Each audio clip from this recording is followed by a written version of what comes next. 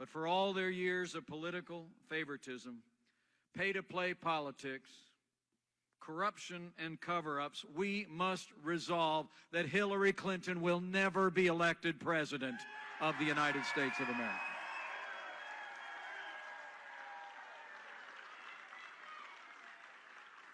You know, but in the midst of this avalanche of evidence of corruption, political favoritism, and the willful ignorance of the national media, it's easy to lose sight that this election really is about big things.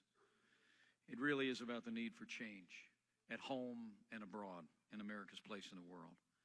So I want to talk to you today about those big issues. Because the truth of the matter is, in the next 22 days, here in the Buckeye State and all over this country, we've got to talk to each other about what's at stake in this election. And it's not just about all the years of inappropriate behavior. It really is about America's place in the world and the prosperity of our people at home. Let's start with the security issue.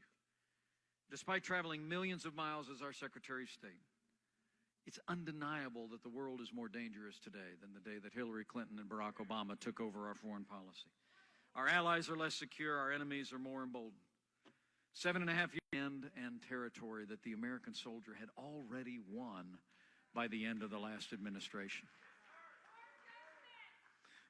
I mean, it is astonishing to think that when Hillary Clinton was Secretary of State, she failed to negotiate an agreement with Iraq at the end of 2012 to maintain a certain amount of U.S. forces to preserve what the American soldier had won. When this administration took over Iraq, the peace and the security of Iraq had been won by the American soldier and by incredible sacrifice. In fact, before I go one step further, those of you that have worn the uniform of the United States in the near term or the long term, would you just slide your hand in the air so we can say thank you one more time for your service to this country? Thank you.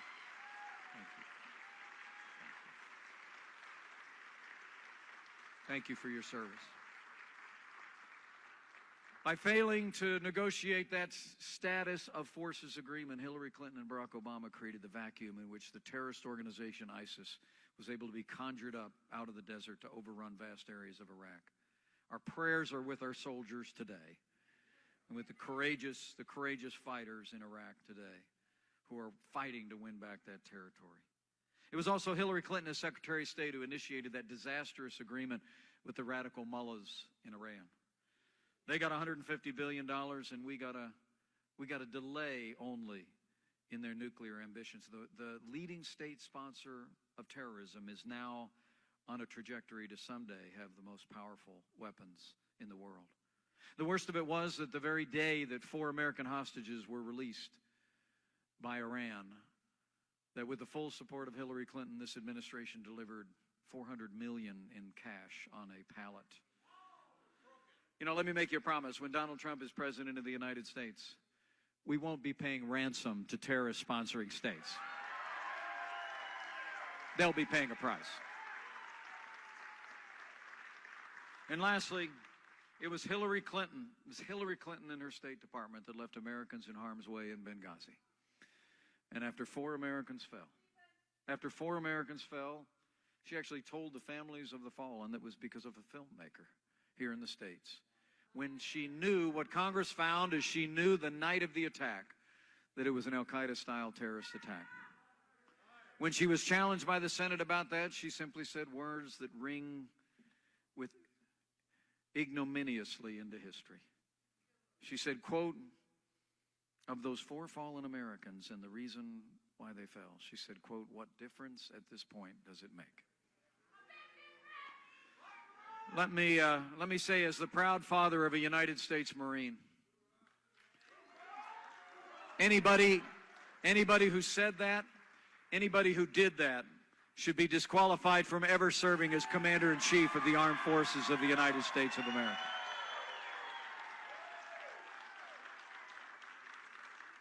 You know, history records that weakness arouses evil.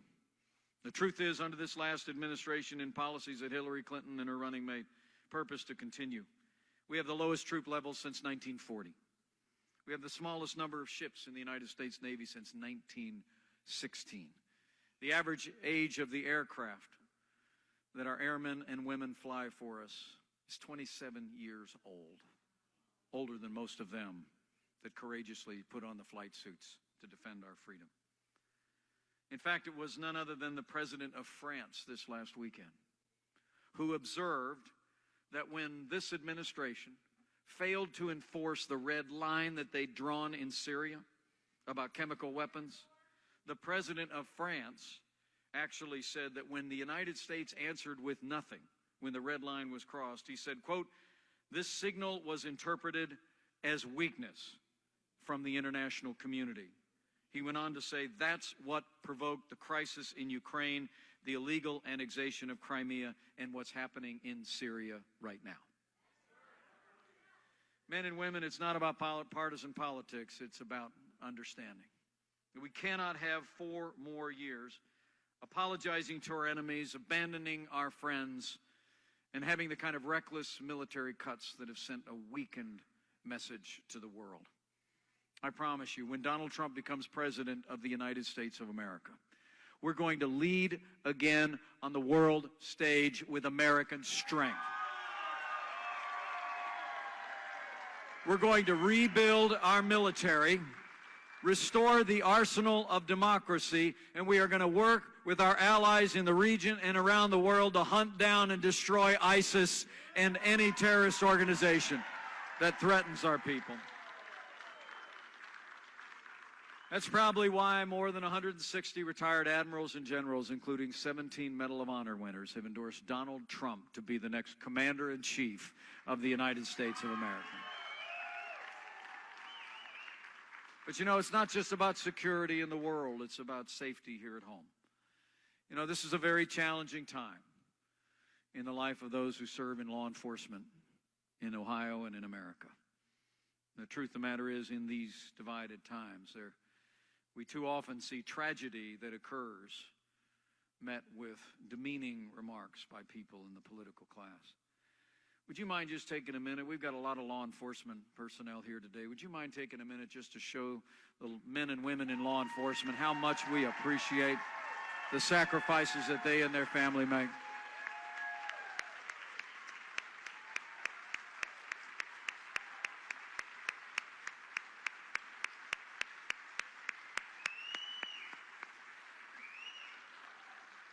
I'll make you a promise. As the Chief Law Enforcement Officer of the United States of America, President Donald Trump will support our law enforcement personnel at every level. It will provide them the resources and the training to protect our families and go home safe to theirs. And we will restore law and order to every city and every community in this nation. You know, that's probably why the largest police officers union in America, 330,000 strong Fraternal Order of Police, endorsed Donald Trump to be the next president of the United States. So it's about security abroad and safety at home, but it's also about our prosperity. You know, I can honestly tell you, whether it's in the Hoosier State next door or here in the Buckeye State, got a Hoosier in the room. Let me tell you something. Any progress that you've made here in Ohio, any progress we've made in Indiana has been in spite of what's been coming out of Washington, D.C. the last 7.5 years, not because of it. We're in the weakest economic recovery since the Great Depression. We have the lowest labor participation rate since the 1970s. And unemployment still went back up in the last report. An economy that's growing by just a little bit more than 1%. The most powerful economy in the world, struggling under the weight of more taxes, more regulations, Obamacare, and a war on energy that's stifling American growth. Hillary Clinton's plan? More of the same. Not just the same, more of the same. Hillary Clinton wants to increase taxes by over $1 trillion in this economy. She went and gave a private speech in Canada. One of these emails came out. She gave a speech in Canada, and she said she actually has a dream of having a Canadian-style health care system. She wants to build on Obamacare. With the challenges that we face with illegal immigration, she gave a paid speech in Brazil in which she said her dream was open borders. and a common market. And Hillary Clinton is committed to continuing the same war on American energy that's stifling American growth and jobs. You know, they tell us this economy is the best we can do. But the people of Ohio know better. It's not the best we can do. It's just the best they can do. And when Donald Trump becomes president of the United States of America, we're going to get this economy moving again with sound American free market principles. Donald Trump has a plan. He's going to do what Ronald Reagan did in the 1980s. He's going to do, frankly, what President John F. Kennedy did in the 1960s. Right out of the gate, when you re-elect Senator Rob Portman to the United States Senate and re-elect Republican majorities, we're going to cut taxes across the board for working families, small businesses, and family farms. We're going to eliminate death taxes, and we're going to lower business taxes in America so American companies can grow jobs here in the United States and compete more effectively in the world. And because Donald Trump and I know that regulation's a form of taxation, he's going to do what I did in Indiana on my first day as governor. We're going to sign a moratorium on any new federal regulation, and he's going to repeal every single Obama executive order that is stifling growth and jobs in this economy.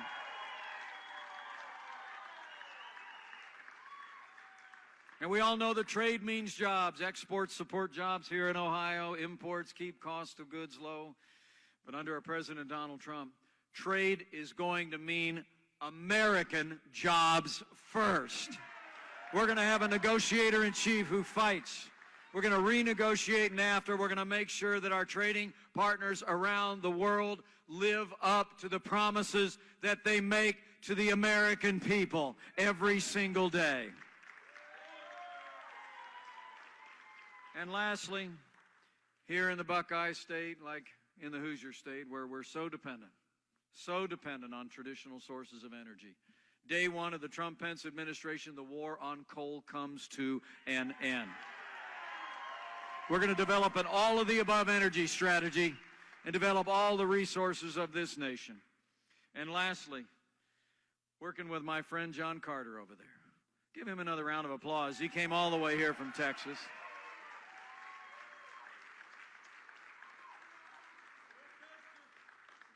We're going to work with a newly re-elected Congress, and you want to remind them that they show up and get sworn in before the president's inaugurated. So if you wouldn't mind very much, pass the bill, put it on his desk, and we're going to repeal Obamacare, lock, stock, and barrel. We're going to do it. It's incredible. This report was just out. 1.4 million people in 32 states are going to lose their health insurance as a result of Obamacare. I mean, even President Bill Clinton said Obamacare is the, quote, craziest thing in the world. You know, even with the Clintons, sometimes truth happens. Men and women, when Donald Trump becomes president of the United States, we're not going to do what Hillary Clinton said when she went up to Canada about socialized medicine. We're going to meet the health care and health insurance needs of the American people with free market principles. We're going to expand consumer choice, respect the doctor-patient relationship, and we're going to lower the cost of health insurance through competition. That's the American way.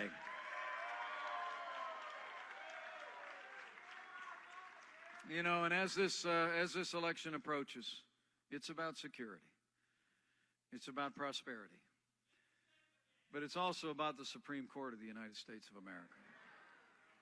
And that may be the most consequential aspect of this election. I mean, we're electing a president for a 4-year term, but that president will very likely set the course and direction of the Supreme Court of the United States for the next 40 years.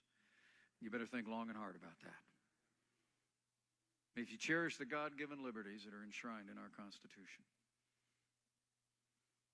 like the Second Amendment right of law-abiding citizens to keep and bear arms.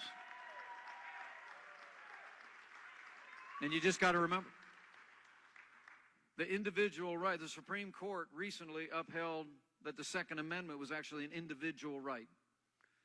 But it was a slim 5-4 decision. And now with the passing of the late and great Justice Antonin Scalia, literally the balance of the court The balance of the court is on the ballot. And so I want to submit to you, for the sake of the rule of law, for the sake of the sanctity of life, for the sake of that Second Amendment and all of the God-given liberties enshrined in our founding documents, we must decide here and now that the next president making appointments to the Supreme Court of the United States will be President Donald Trump.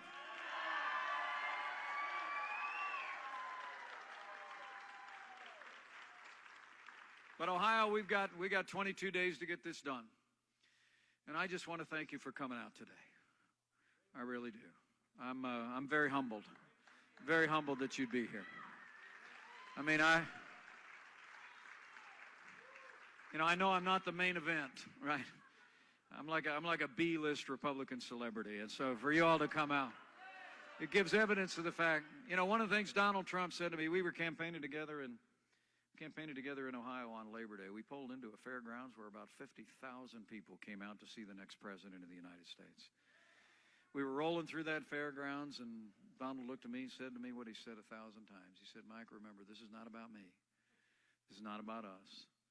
He said, this is a movement of the American people.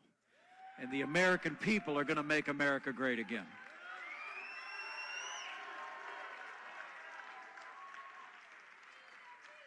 But we got work to do.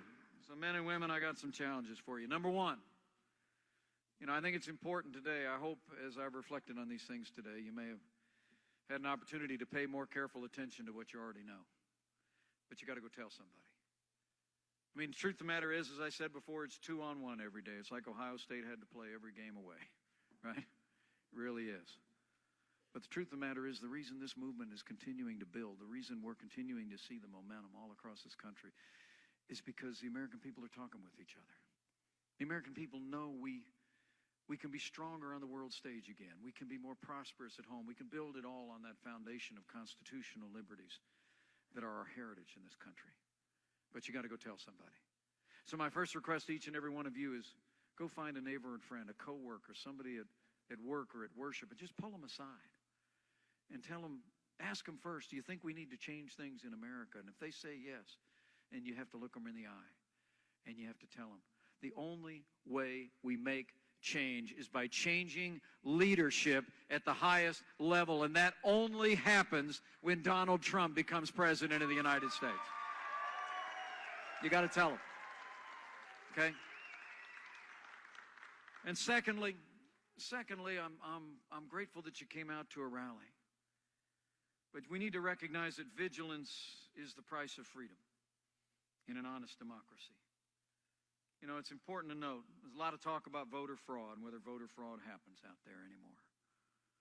And the truth is that voter fraud is a violation of the right of every American, conservative, liberal, Republican, Democrat, independent. And I would submit to you today that wherever you are on this election, and anyone that might be looking on and listening in, it's important in this election that you avail yourself of the opportunity to be a part of ensuring the integrity of the vote in this country. If you're here at a rally and you've not yet volunteered to participate in the electoral process in a respectful way, to be there at the precinct level come election day to ensure the integrity of the vote, then you haven't yet done all that you can do. I just heard today that President Obama's press secretary was asked if they were worried about vote rigging in the country, about whether it'd be an honest election. And his answer was, quote, not at all, and neither is Mike Pence. Well, I got a news flash for you. The president's press secretary doesn't speak for me.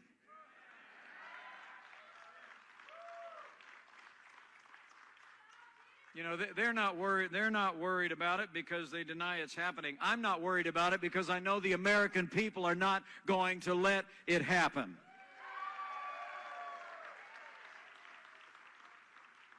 I mean, the right to vote is at the very bedrock of our democracy. It's been bought at too high a price.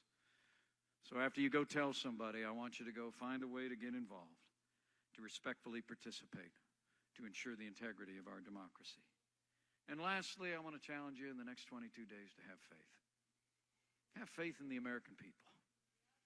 Have faith that we in this country will find our way forward, even in these divided times. And we'll do it on a foundation of belief in the American dream and belief in the foundation of that dream. You know, it really is amazing. It's, my grandfather came to this country through Ellis Island. He immigrated from Ireland. I was actually named after him. I can't imagine what that Irishman is thinking today, except that he was right. I mean, he came to this country because the legend in my family is that my great-grandmother told him, you have to go to America because there's a future there for you. And that future was the American dream. It was that anybody can be anybody. I mean, truthfully, Donald Trump's story and my story have a lot in common. His grandfather immigrated, my grandfather immigrated. His dad built a business with his own two hands. My dad built a little gas station business in a small town. And we were both raised to believe to whom much is given, much will be required. So for him, that meant the kid from Queens went to Manhattan Island and built the big buildings. For me, it was a calling into public service. And the truth is, but for both of us, the American dream is not a slogan. The American dream is the anthem of our lives. And we're going to fight every single day to revive the American dream for every American, regardless of race or creed or color or gender or area code or income. So have faith in the American dream, that it can still happen. I mean, it grieves my heart to think how many Americans today doubt that their children are going to have the opportunities to succeed more than them. Well, that's all going to change, folks. We're going to revive the American dream with all the principles put into practice that I've described today. And the last bit of faith I would just encourage you to have in the next 22 days is faith in him who planted this miracle of democracy on these wilderness shores. What Abraham Lincoln would call the last best hope of earth. Words that are still true today. And I truly do believe what's been true for millennia is still true today, that if you're inclined to bow the head or bend the knee, just remember that if his people who are called by his name will humble themselves and pray, he'll do as he's always done. He'll hear from heaven, and he'll heal our land. One nation, under God, indivisible, with liberty and justice for all.